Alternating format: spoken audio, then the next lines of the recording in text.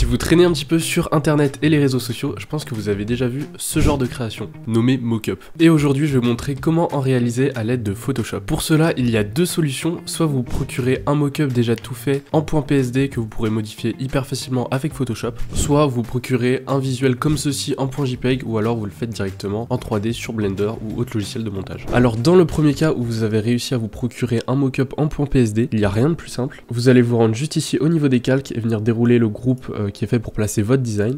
Et vous allez cliquer sur une des faces. Ensuite, juste ici, on va venir masquer le précédent design et venir importer le design qu'on a subtilement créé. Et on va donc venir l'agrandir pour qu'il prenne l'entièreté de notre mockup. Une fois que votre design est centré parfaitement comme vous le souhaitez, vous avez juste à faire CTRL S. Et lorsqu'on revient donc sur notre mockup, vous voyez qu'il est appliqué sur la face que vous avez sélectionnée. Dans le prochain cas, je vais venir essayer de mettre notre pattern sur un paquet de chips. Donc là, comme vous voyez, c'est juste une image en .jpeg, donc j'ai pas de calque ou venir cliquer et insérer notre design. Je vais donc venir commencer par détacher notre élément du plan. Donc je vais venir sélectionner cet outil, cliquer sur sélectionner un sujet et là je vais venir le mettre sur un autre calque et je vais venir donc y déposer notre paquet de chips. Donc là vous pouvez voir que le paquet de chips est totalement isolé. Ensuite je vais donc venir importer mon petit pattern, je vais venir l'agrandir pour qu'il prenne toute la taille du paquet de chips comme ceci et maintenant je vais donc venir lui appliquer un masque d'écrêtage. Ensuite je vais venir un petit peu recentrer notre logo au centre. Ensuite pour que notre design s'incruste un petit peu plus dans le paquet de chips, je vais venir faire un clic droit et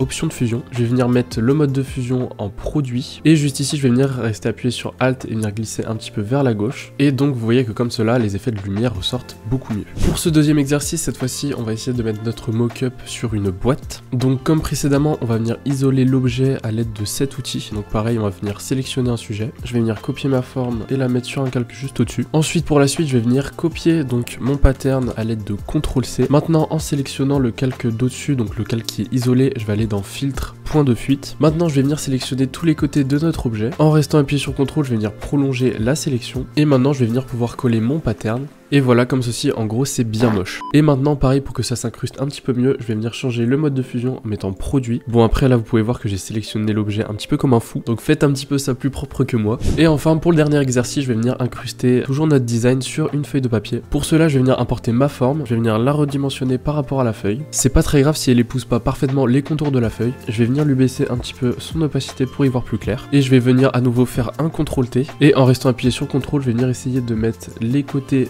par rapport à la feuille. Donc là, contrairement à tout à l'heure, vous pouvez venir zoomer pour essayer de mettre le mieux possible. Voilà, ensuite vous allez faire un clic droit puis déformation. Et ici, on va pouvoir modifier l'emplacement de ces petits points pour qu'ils épousent parfaitement la forme de la feuille. Et voilà, vous avez réussi à mettre votre mockup sur une feuille. Et voilà, j'ai essayé de vous montrer les différents outils que vous pourrez utiliser dans les différentes situations pour créer vos mockups. J'espère que ce petit tuto vous aura été utile et si vous en voulez plus, n'hésitez pas à vous abonner.